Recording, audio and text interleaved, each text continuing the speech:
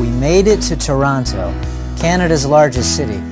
Eric Liddel sent his wife and daughters here during World War II, and his daughters have been here ever since. We don't know what they're going to say. It's going to be like opening a present and seeing what's inside.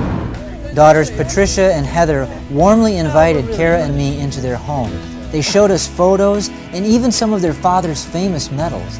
They shared how painful it was for the family to be separated from him. And when I was 6 months old, the Japanese bombed Tinsin, and the countryside became so dangerous that we weren't able to go.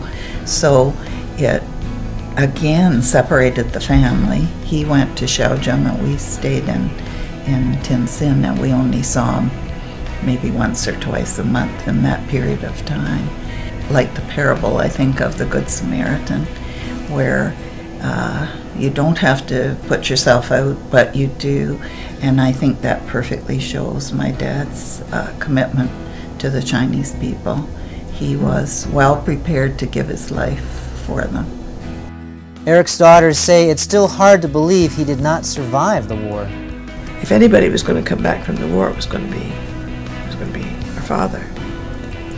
He was strong and healthy and had a good, strong faith to get him through.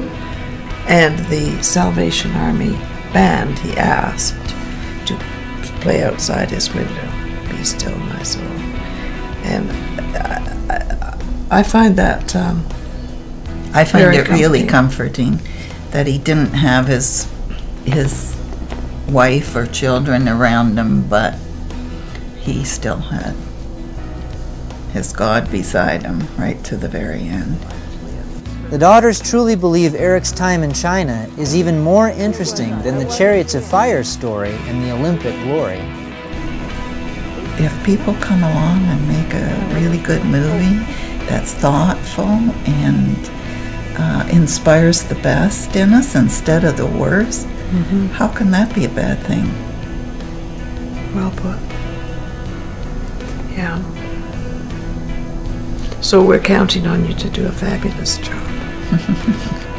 It's a tall order, but after meeting with these wonderful ladies, it's one I will certainly cherish.